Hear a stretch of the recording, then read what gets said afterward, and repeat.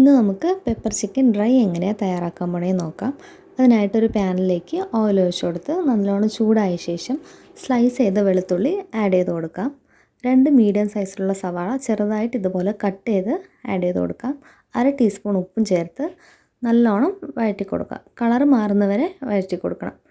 അതിലേക്ക് തന്നെ 2 പച്ചമുളക് ചെറുതായിട്ട് അരിഞ്ഞത്, കൂടെ തന്നെ 1 ടീസ്പൂൺ ജിഞ്ചർ ഗാർലിക് പേസ്റ്റും ചേർത്ത് പച്ചമണം പോകുന്നവരെ നല്ലോണം ഇളക്കി കൊടുക്കുക.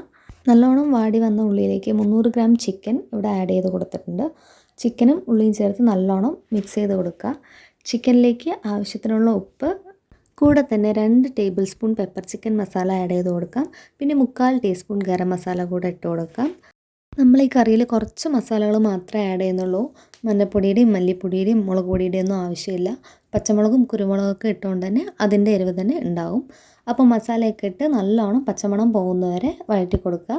അതിനുശേഷം അടച്ച് വെച്ച് ഒരു 7 മിനിറ്റോ 10 മിനിറ്റോ വേവിച്ചെടുക്കുക. വെള്ളം ഒഴിക്കേണ്ട ആവശ്യമില്ല. ചിക്കനിൽ തന്നെ വെള്ളം ഉള്ളതുകൊണ്ട് പകുതി വെന്ത് വന്നോളും. അപ്പോൾ ചിക്കൻ ഇവിടെ ഹാഫ് കുക്കായിട്ടുണ്ട്. ഇനി ഇതിലേക്ക് ആവശ്യത്തിനുള്ള വെള്ളവും ചേർത്ത് ഉപ്പും പാകത്തിനുണ്ടോ നോക്കിയിട്ട് ആവശ്യത്തിന് ഉപ്പ് ഇട്ട് കുറച്ചും കൂടെ വേവിച്ചെടുക്കാം. നല്ല ഗ്രേവി ആയിട്ട് കഴിക്കാൻ ഇഷ്ടമുള്ളവർ നമ്മൾ നേരത്തെ ചേർത്ത മസാലയൊക്കെ കുറച്ച് എക്സ്ട്രാ ആഡ് ചെയ്ത് കുറച്ചും കൂടെ വെള്ളവും എക്സ്ട്രാ ആഡ് ചെയ്ത് കുക്ക് ചെയ്തെടുത്താൽ മതി. ഞാനിവിടെ ഡ്രൈ ആണ് ചെയ്യുന്നത്. അതുകൊണ്ട് തന്നെ നല്ലോണം ഗ്രേവിയൊക്കെ വറ്റി ഡ്രൈ ആകുന്നവരെ കുക്ക് ചെയ്തെടുത്തിട്ടുണ്ട്. ലാസ്റ്റ് ഇതിലേക്ക് 1 ടീസ്പൂൺ പെപ്പർ കൂടെ ആഡ് ചെയ്ത് നല്ലോണം മിക്സ് ചെയ്ത് കൊടുക്കുക. പച്ചമണം പോകുന്നത് വരെ നല്ലോണം വഴറ്റി കൊടുക്കുക. മീഡിയം ഫ്ലെയിമിൽ ഇട്ട് വേണം കുക്ക് ചെയ്യാൻ.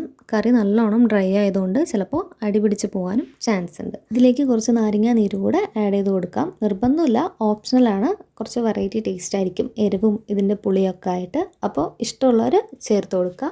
എന്നിട്ട് നന്നായിട്ട് മിക്സ് ചെയ്ത് കൊടുക്കുക. ലാസ്റ്റ് ഇതിലേക്ക് കുറച്ച് കട്ട് ചെയ്ത് വെച്ച മല്ലിയില കൂടെ ആഡ് ചെയ്ത് കൊടുക്കാം.